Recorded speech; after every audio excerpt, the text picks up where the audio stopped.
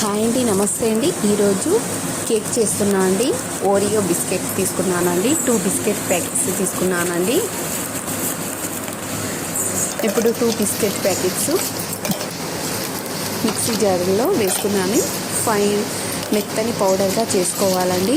Mixie తిప్పుకోవాలండి. అలాగే baking powder వేసుకోవాలండి.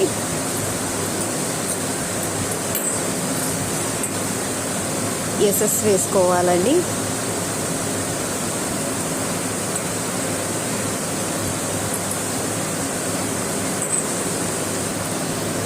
అలాగే ఈనో పౌడర్ వేసుకుంటున్నానండి. కొంచెం ఈనో పౌడర్ వేసుకుంటున్నా అండి. ఇప్పుడు అంతా ఒకసారి కలుపుకోవాలండి. కలిపిన తర్వాత తగినంత మన పాలు పోసుకుంటూ కలుపుతూ ఉండాలండి.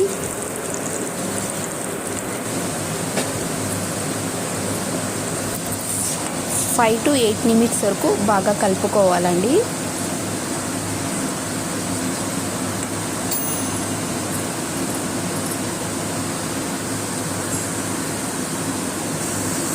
ఈ విధంగా అయిందండి.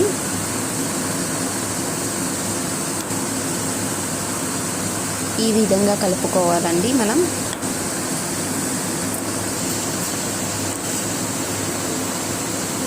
కొంచెం మెత్తగా లేకుండా ఈ విధంగా నేను చూపించే విధంగా కలుపుకోవాలండి పాలును బిస్కెట్ పౌడర్తో.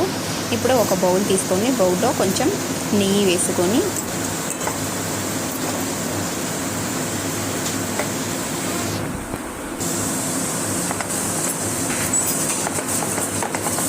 నెయ్యి అంతా రాసుకోవాలండి గిన్నెకి.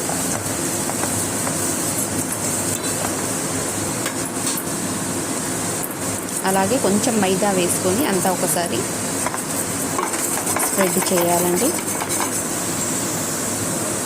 ఇప్పుడు ఓరియో బిస్కెట్ దాన్ని కేక్ బ్యాటర్ని ఇప్పుడు దీంట్లో వేసుకోవాలండి.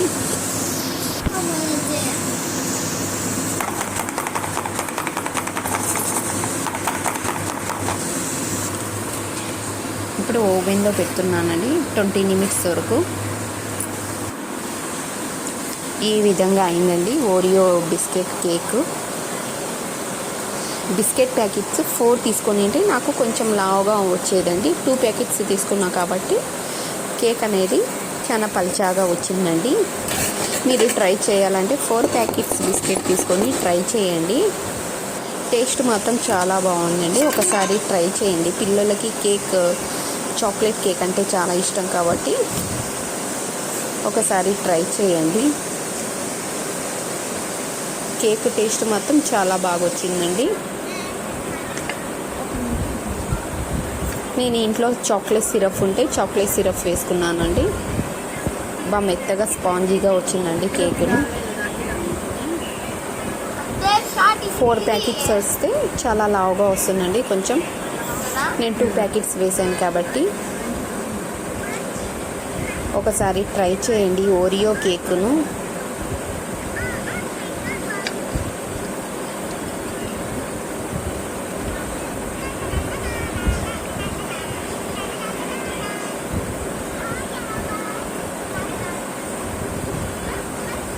చాలా బాగా వచ్చిందండి. ట్రై చేయండి ఒకసారి. ప్లీజ్ లైక్ చేయండి, షేర్ చేయండి, కామెంట్ చేయండి, సబ్స్క్రైబ్ చేసుకోండి.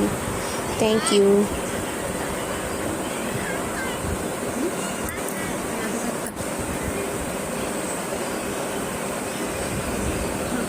బాయ్.